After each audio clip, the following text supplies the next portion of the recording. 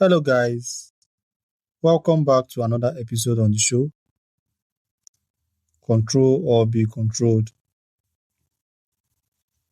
podcast designed to help you start thinking differently and take control of your life. And as always, I remain your host, Darlington. Today's guest is Rick Cobello. Rick is a former Chief Information Security Officer for New York State, Enterprise IT Executive, cybersecurity advisor and author of The Shady Side of Saratoga. With more than 4 decades of experience securing complex systems for Fortune 5 companies, government agencies, healthcare organizations, and law enforcement, Rick has spent his career understanding how technology, trust, and institutions can be exploited. Before cybersecurity, Rick has taught graduate-level cybersecurity and technology, including the Albany Law School's Cybersecurity Master's Program.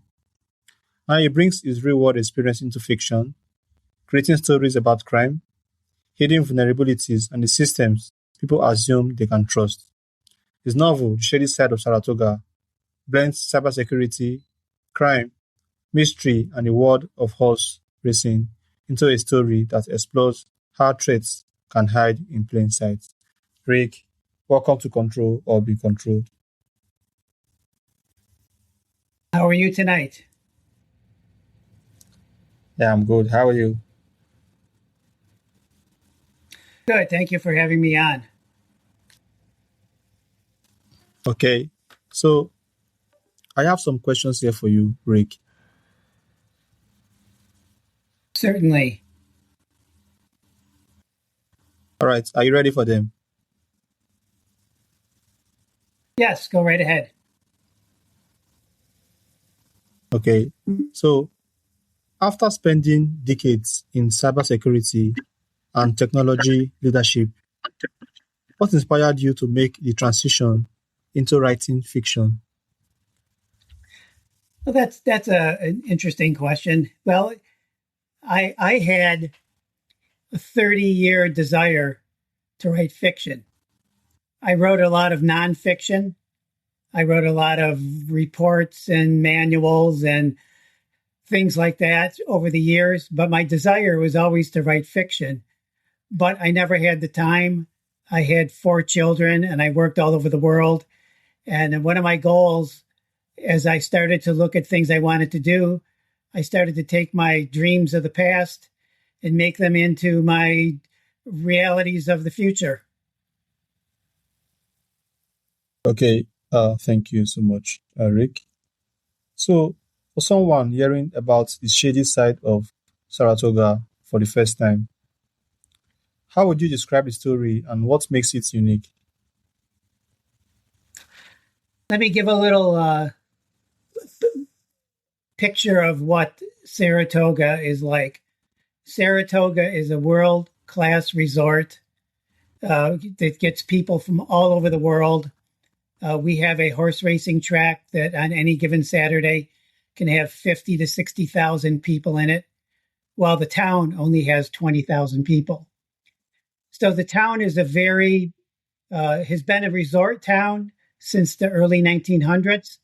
There's been a lot of money there. There still is. And there's been a lot of horses. But my story is not about racehorses.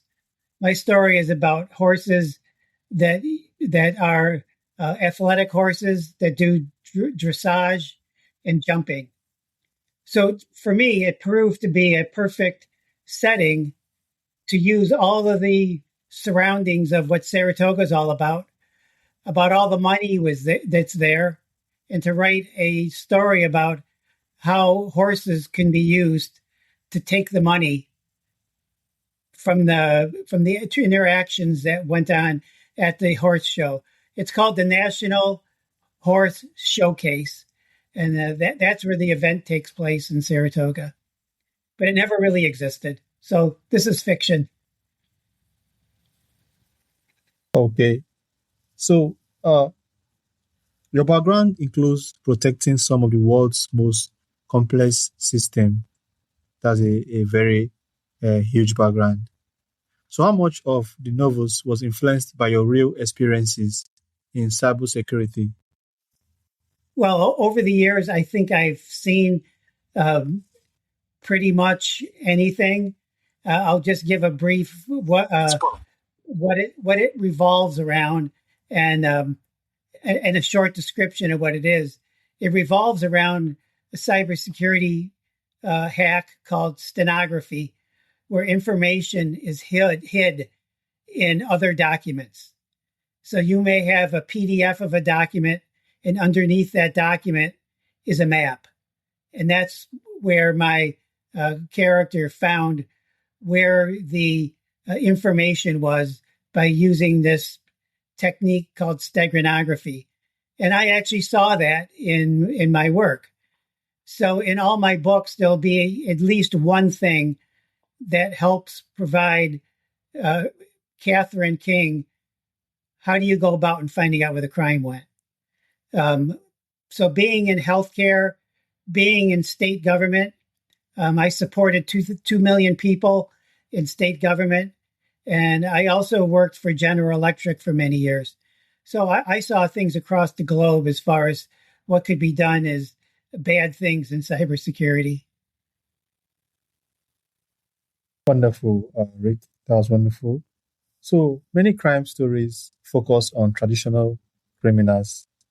What makes cybercrime and modern threats different from the crimes we have seen in the past? Can you repeat that again, please? Many crime stories focus on traditional criminals. Yes, Tell us what makes cybercrime and modern threats different from the crimes we have seen in the past. sure. Um, the antagonist of the story, believe it or not, it's a whole nother story, but Saratoga Springs was the site of a lot of criminal activity when they had prohibition in the United States. So my character name is Donnie, and he is a descendant of the crime families of the 20s and 30s. And that's really one of the differences back then and today. The cybersecurity crimes that happen usually don't have guns or anything like that. They're behind the scenes things where usually there's no physical violence. I think that's the biggest difference. There may be, but for the most part, it's people getting hurt by having their information taken, by having their money taken, but not by physically harm. So the physically the physical harming, I think, is the biggest difference in a cybercrime versus well, I'll say a real crime. They're both crimes, but a physical crime. Why did you choose Saratoga Springs Oh, okay. as the I got setting it. for a cybersecurity thriller?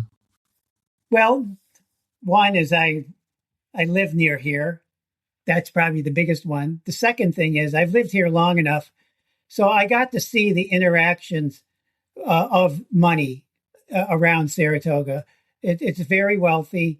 The people who come here are very wealthy. They will fly into Saratoga for one race at the racetrack and then fly back. So there's that kind of money here.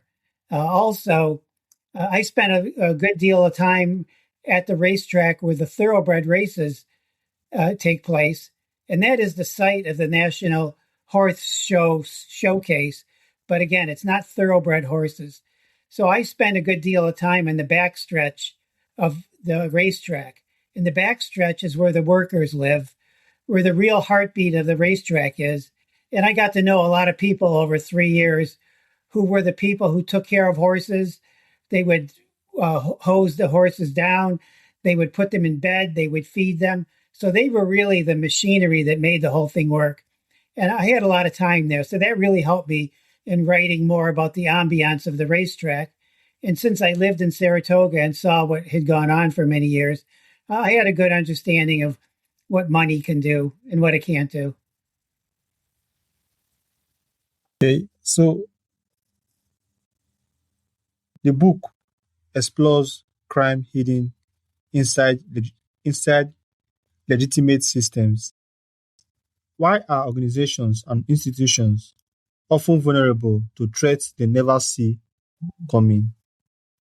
To the threats So that they never see coming. how did Yes. uh, Why the are they crime often take place? vulnerable to those threats? Yes. Well, the crime was a very silent crime. Um, Horses since the early 60s had to have a chip embedded in the horse.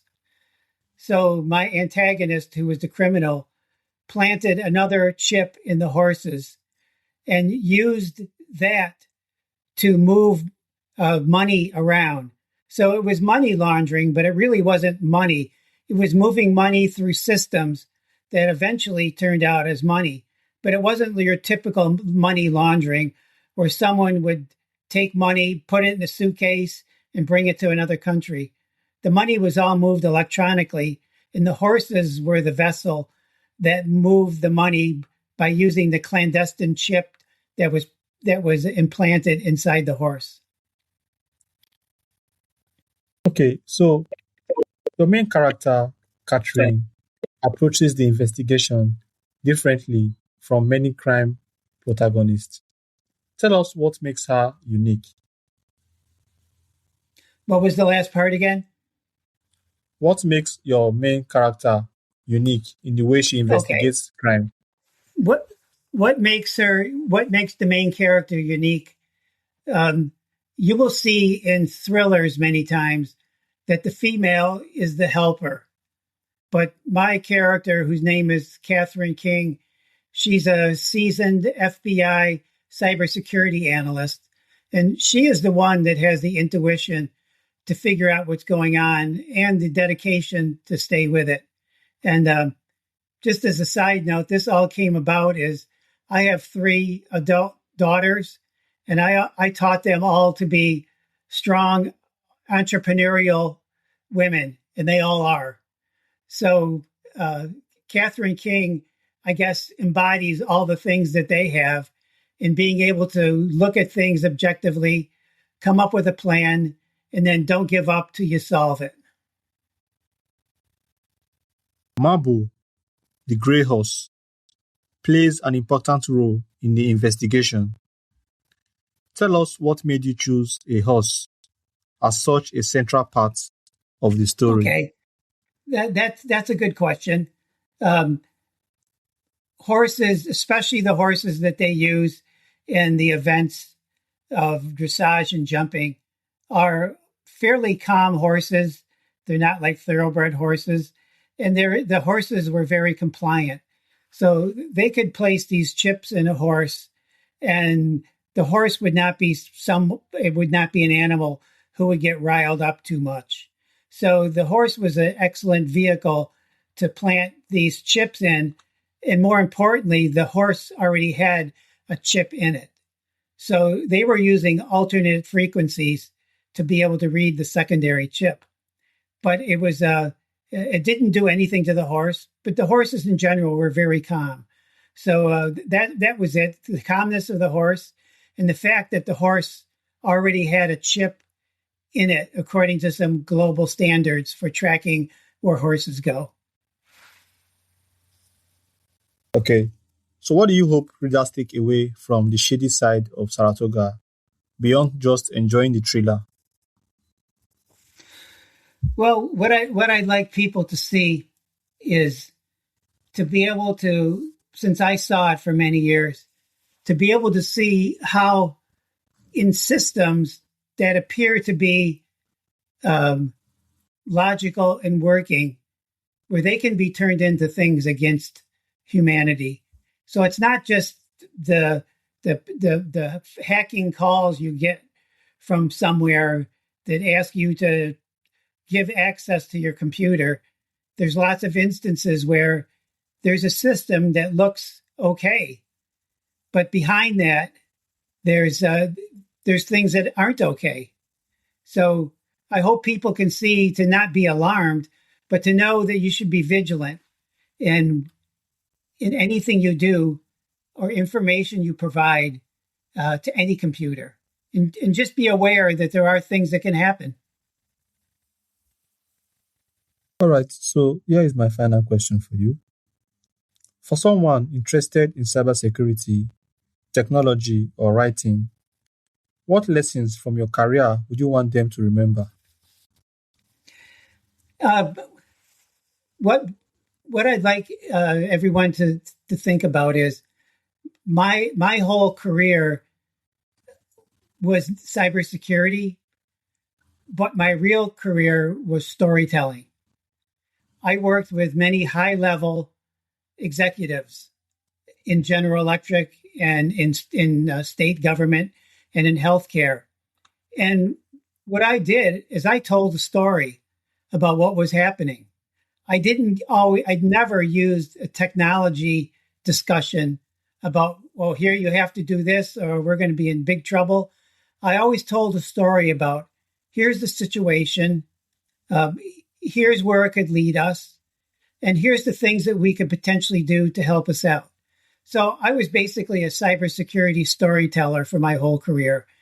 So moving into fiction was not a big jump, but it was a big jump in doing it in fiction instead of telling what really is happening. So tell stories. Stories are good wherever you are. All right, Rick, thank you so much. Thank you for sharing your experience and giving us a look into the intersection of cybersecurity, technology, and storytelling. Your career has shown how important it is to understand the systems we rely on. And your novel reminds us that the greatest threats are often the ones we don't recognize until it is too late. So, for listeners that would like to learn more about Rick Cobello and the shady side of Saratoga, how can they do that? Uh, can you repeat that last part? For listeners that would like to learn more about you and the shady side of Saratoga, how can they do that? To learn a little bit more about me? And your book, and buy your book. Okay. Um, the book uh, could be real. I mean, there's nothing in the book that couldn't be real. So in my storytelling, my goal is going to be everything in the book could happen. I'm just using stories to tell people about it that are fiction. But the mechanisms and the cybersecurity and the breaches are all real things. I'm just making it so someone can understand it by me telling a story of how they work or don't work. All right. Once again, Rick, thank you so much. And thanks to all my audience as well. You guys are the reason why we are able to do this. Make sure to check out Rick's work and check out the shady side of Saratoga. Rick, thank you so much for coming to my show. Yeah, well, thank you very much. I've enjoyed being with you. And I always tell people be careful what you do.